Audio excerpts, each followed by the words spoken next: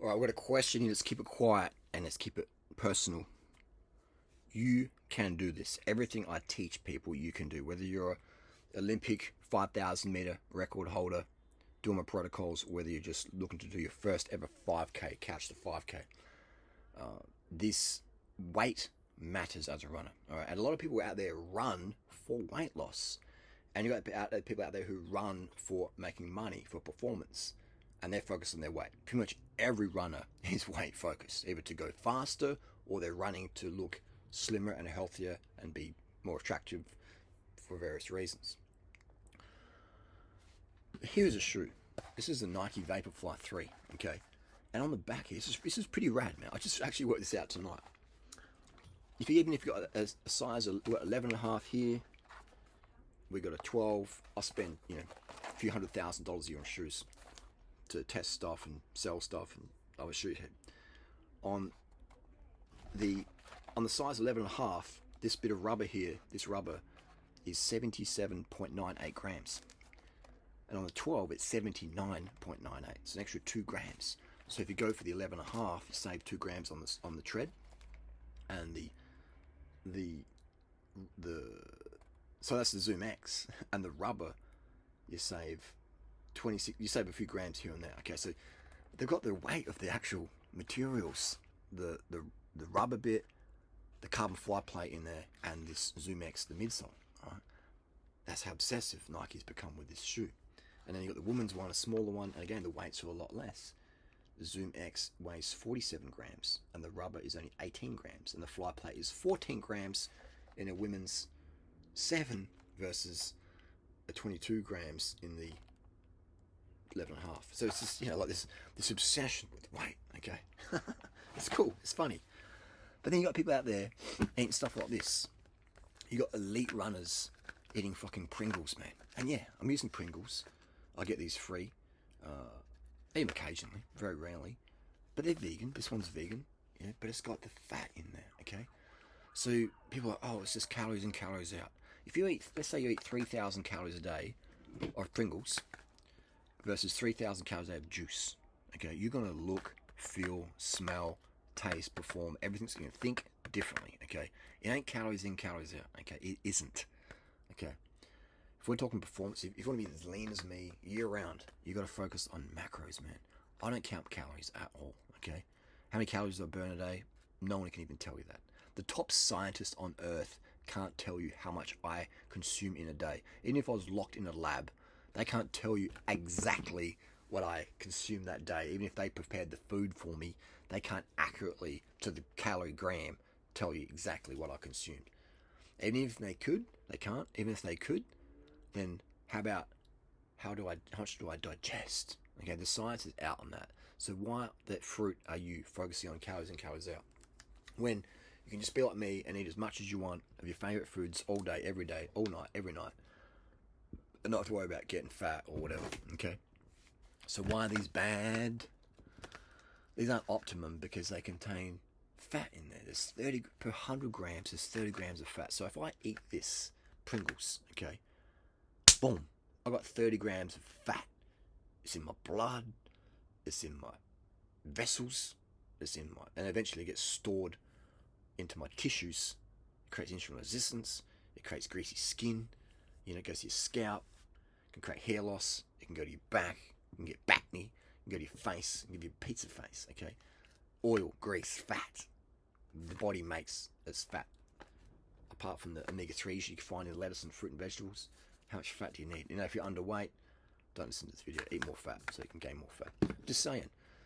Yeah, so people eating this, and this is what causes all the disordered eating disorders out there, because people are counting their calories and eating this stuff, or they're eating dairy, they're eating meat, really anabolic stuff, and it promotes the weight gain. So many runners have eating disorders, and they have low bone density. They go see a nutritionist. Nutritionist says, make sure you have a balanced diet, your 5 food groups, have your meat, and have your vegetables, and have some whole grains, and some sugar. And these fucking nutritionists, man, they've never been fucking lean in their life. They've never smashed out a fast 5K, alright? And some of them, a lot of nutritionists out there actually suffer from eating disorders themselves. And I'm not trying to be Mr. Holy Man or be Mr. Arrogant, but I definitely come across that way. But I've coached a lot of nutritionists and dietitians over the years with eating disorders, so I understand what's going on out there. Okay, so most nutritionists out there, dietitians, are sincere but sincerely wrong. It's very rare to find a nutritionist or a dietitian who doesn't have some level of eating disorder or disordered eating. And they might say, "Oh, that's you. Look at you. You're very lean. You're almost 50. You're thinking you're a teenager." Well, I feel like a freaking teenager, man. You know, my girlfriend's, anyway. And I'm running faster than when I was a teenager. So yeah, go figure. Anyway, let's get back on topic. It's just, why are you eating fatty stuff? Why? Right, if your goal is weight loss, well, I just like the taste of it. Okay, cool. I get it. But is it helping you with your goals? What's your goals? To eat tasty stuff? Or is your goal to fucking get the shit done that you want to do in life? For me, rice and soy sauce, that's fucking tasty as fuck, man. I prefer how I feel after eating rice and soy sauce than I do with some vegan Pringles, okay? So when I'm feeding the pigeons this stuff, maybe I have a Pringle here and there. Sometimes I do, sometimes I don't. But it doesn't help me with my goals. So it's easy for me to say no. In life, does it help you with your goals? What is your goal, people? What is your goal, okay? Juice. Juice helps me with my goals. I love juice. It gives me energy. It's low fat. There's almost zero fat. And it digests great, and it creates insulin sensitivity. This stuff, the oils, the fats, create insulin resistance, okay? So if I'm going to have anything fatty, because I'm getting too lean maybe, then I like peanuts. Just a handful of peanuts a day or two. But then again, if you're looking to lose fat, then I would skip the peanuts as well. I'll just, because the greasy oil stuff, it really is, and this has got like the flavor enhancers in here and stuff, and God knows what it does to your brain. Who knows? But again, people are like, live a little, Harley. I've eaten enough Pringles to last me my lifetime, okay? But if you're really looking to get, very vascular and very lean, you can't be eating that stuff. Or you can, but it's just going to create extra work for yourself, isn't it?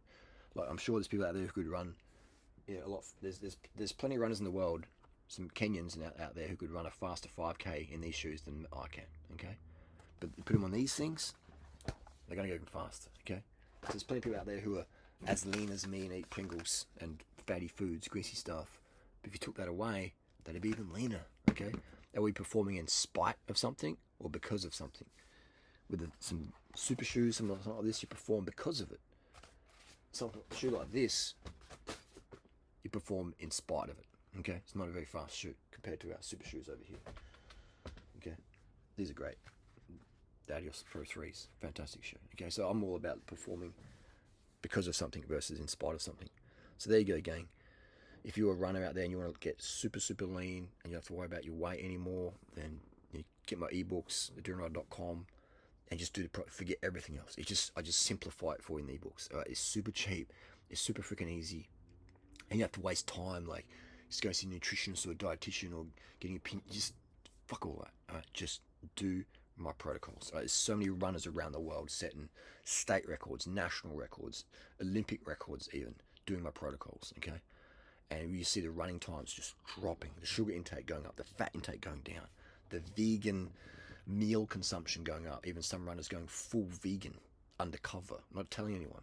Just, it's crazy the stories I hear. I even hear of runners at some camps eating meat and then throwing that section of the meal up later to get out of their system. But not telling I'm not just tell your coach you're going vegan. Oh, I can't do that because they'll get all triggered up. So I just eat the meat and I spit up. I'm like, don't do that. It's gonna be bad for your fucking teeth. Just don't eat the fucking meat. All right, if you don't want to. No one's got a gun to your head. So the tide is definitely turning. But so many runners out there, I feel just rampant eating disorders and stuff. And yeah, if you're eating meat and animal products and stuff as a runner who's trying to be super, super lean, then it's like it's impossible, bro. It's impossible to get your best running or cycling physique eating animal products. Of course, if you eat a fly or a mosquito once a day, I'm saying if you're putting milk on your cereal, eating some ham on your freaking sandwich, some pig skin, you're not going to have the best gut biome, the flora in your gut. It's just not going to be conducive to getting that super tight, lean, running, aesthetic physique. It's not going to happen, man. It's just not going to happen at the optimal rate or performance, etc. It will always hold you back. We are not designed for animal products as adults. You know, we wean off mum's kitty milk for a reason. Okay, if you ever gone for a run and you go, wow, there's a cow tit there. Let me go jump the fence and get some raw milk in me. Or you've been running along and you see a dead pigeon. Oh wow, a pigeon. Oh man, I could go a bit of dead pigeon, couldn't I? You fucking don't. No one does. But if you're walking, maybe you're running with your dog. Maybe you got your dog on the leash. You ever done that? You've gone for a really long run and you start to get hungry. You start to go glucose exhaustion and glycogen deficiency. You start to bonk, hit the wall. Do you ever look at your dog and go, man, I could chuck that German Shepherd on the barbecue right now, couldn't I? You fucking don't, alright? Maybe you're walking your dog, running with your dog, and the dog grabs a fucking rabbit. Breaks off the leash and chases down a rabbit, catches the rabbit. And you ever think, oh man, I just want to have I want to bite that rabbit's leg. Oh, the brains, the dog's chewing the brains. Oh, just let me eat a bit of rabbit. You're not, okay? If you've got two dogs, they'll start fighting over the rabbit, pulling the gizzards out, and the blood and the furs everywhere, and the dogs are just loving it. They're rubbing themselves in, you know, going full crazy on the fucking rabbit. You're not doing that, are you? Right? Then you'll go and pay a nutritionist $100, $500. Write me out a program. Or I got to eat a bit of meat here, and drink a bit of milk here, and it's like, you know, so what the fuck? We wouldn't jump the fucking fence to drink the cow's titty. I wouldn't eat the fucking pigeon. I wouldn't eat the rabbit my dog shredded up. Why the fuck am I paying you to tell me to eat foods I wouldn't fucking eat? Okay? People think, okay? Stop getting scammed. Or stop taking advice from people who are sincere, but sincerely wrong. Okay? So many people out there just following the crowd. Oh, this is what I learned at university. I went to university, I paid a lot of money, I got in debt, I worked at Starbucks, I did my course, I got my PhD, and now I'm a doctorate in dietitian and in dietetics, and this is what we learn, this is what we do. And then we go to the world tour, it's in cycling, and we've got these nutritionists who are on all the teams. They have their nutritionists who went to university, and they didn't learn 100, 200 grams of sugar per hour at university. They learned it from over here, okay? The guy who didn't go to university. Isn't that crazy? The nutritionists on these world tour teams are promoting something they learned from me and not from university. And then you have the top running coaches out there also. You know, go and see the dietitians, the runners see the dietitians. And the dietitians are telling them to eat vegan, smash the sugar, cut the fat, cut the protein, go to bed at 8 o'clock, blah, blah, blah. They didn't learn that at university because university doesn't teach that because that's against the industry, okay? So it's so crazy that people out there like, you know, they won't take advice from me, but then they'll cheer on the cyclists or the fans, the runners who are taking advice from me, or the nutritionists are taking advice from me, and then they're passing it on to the cyclists. Yeah, actually, in 200 grams of sugar per hour, go it. Do as much as you can get in there. You know, didn't learn that at uni. Where'd you learn it from?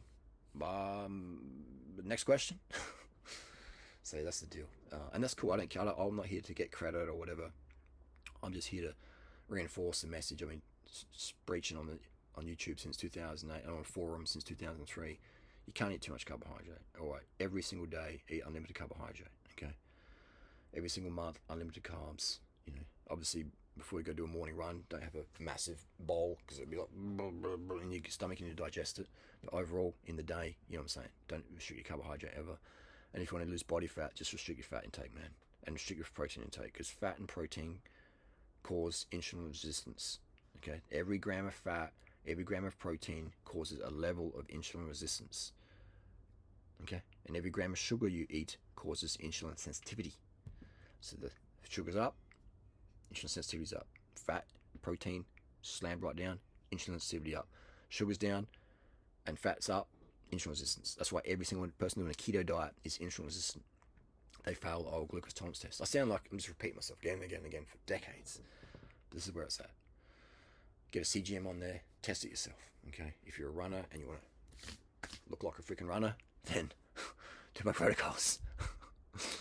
You know, I ran a 16:21 5K a few weeks ago, and then a few days later, 16:22 5K, measured course with the measuring wheel, plus the, you know, and GPS, etc.